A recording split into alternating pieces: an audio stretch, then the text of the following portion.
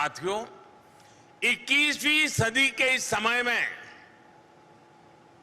आपकी हमारी जिंदगी में हर रोज स्पेस टेक्नोलॉजी की भूमिका बढ़ती जा रही है।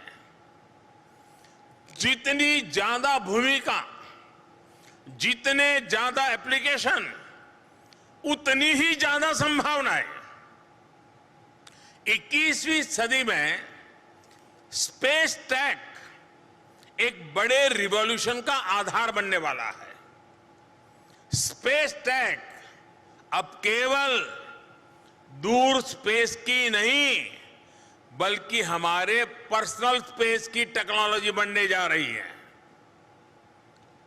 सामान्य मानवीय के जीवन में स्पेस टेक्नोलॉजी की जो भूमिका है, रोजमर्रा की जिंदगी में जिस तरह स्पेस टेक्नोलॉजी शामिल है, उसकी तरफ अक्सर हम लोगों का ध्यान नहीं जाता है। हम टीवी खोलते हैं, इतने सारे चैनल्स हमें उपलब्ध हैं, लेकिन बहुत कम लोगों को पता है कि ये सैटेलाइट की मदद से हो रहा है।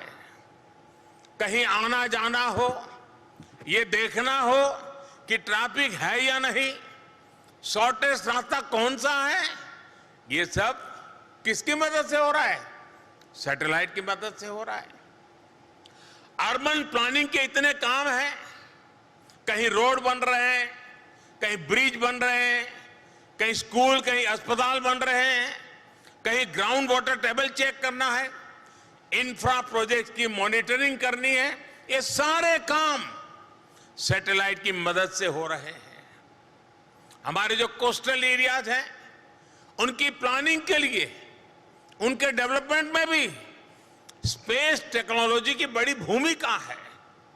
समुद्र में जाने वाले मछुआरों को भी सैटेलाइट के जरिए फिशिंग और समुद्री तूफानों की जानकारी पहले से ही मिल जाती है। आज बारिश के जो अनुमान आ रहे हैं और करीब करीब सही निकल रहे हैं, उसी प्रकार से जब साइक्लोन आता है, एग्जैक्ट उसका फॉल पॉइंट क्या होगा, किस दिशा में जाएगा, कितने घंटे, कितने मिनट पर वो फॉल करेगा, ये सारी बारीकियां सैटेलाइट की मदद से मिल रही है। इतना ही नहीं, एग्रीकल्चर सेक्टर में चाहे फसल बीमा योजना हो, सॉइल हेल्थ कार्ड का अभियान हो, सभी में स्पेस टेक्नोलॉजी का इस्तेमाल हो रहा है। बिना स्पेस टेक्नोलॉजी के हम आज के आधुनिक एविएशन सेक्टर की कल्पना भी नहीं कर सकते। ये सब सामान्य मानवीय के जीवन से जुड़े हुए विषय हैं। भविष्य में, और आपको मालूम होगा इस बार बजट में हमने टीवी के माध्यम से बच्चों को ट्यूशन देने का, पढ़ाने का एक बड़ा अभियान करने की योजना बजट में बताई है।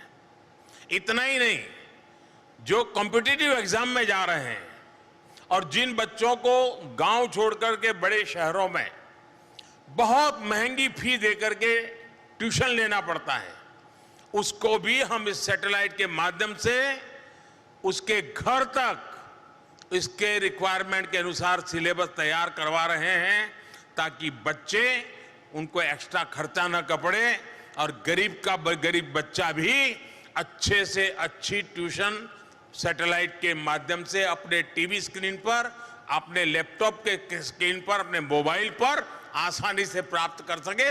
उस दिशा में हम जा रहे हैं। साथियों, भविष्य में ऐसे ही अनेक क्षेत्रों में स्पेस टेक का इस्तेमाल ज्यादा से ज्यादा बढ़ने वाला है। हम कैसे स्पेस टेक्नोलॉजी को सामान्य मानव के लिए ज्यादा से ज्यादा सुलभ बना सके, कैसे space tech ease of living को बढ़ाने का माध्यम बने, और कैसे हम इस टेक्नोलॉजी का इस्तेमाल देश के विकास और सामर्थ्य के लिए कर सकते हैं, इस दिशा में इन स्पेस और प्राइवेट प्लेयर्स को लगातार काम करने की जरूरत है। जियो स्पेशियल मैपिंग से भी जुड़ी कितनी ही संभावनाएं हमारे सामने है। प्राइवेट सेक्टर की इनमें बहुत बड़ी भूमिका हो सकती है। हमारे पास आज सरकारी सैटेलाइट का बड़ा डेटा अवेलेबल है। अब आने वाले समय में प्राइवेट सेक्टर के पास भी अपना काफी डेटा होगा। डेटा की ये पूंजी आपको दुनिया में आपको बहुत बड़ी ताकत देने वाली है। इस समय दुनिया में स्पेस इंडस्ट्री का साइज करीब $400 बिलियन का है।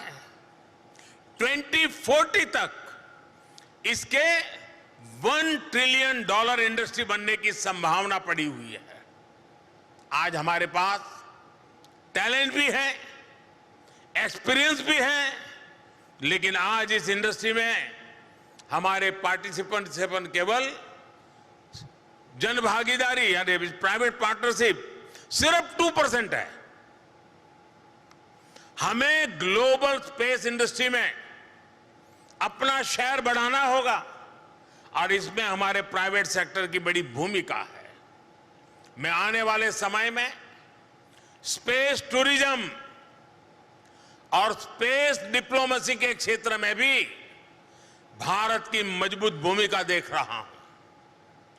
भारत की स्पेस कंपनियां ग्लोबल बने, हमारे पास ग्लोबल स्पेस कंपनी हो, ये पूरे देश के लिए गौरव की बात होगी। हमारे साथ जुड़े रहने के लिए देखते रहिए देश रोजाना का YouTube चैनल सब्सक्राइब कीजिए। साथ ही देश रोजाना की खबरें सबसे पहले देखने के लिए प्रेस कीजिए बेल आइकन।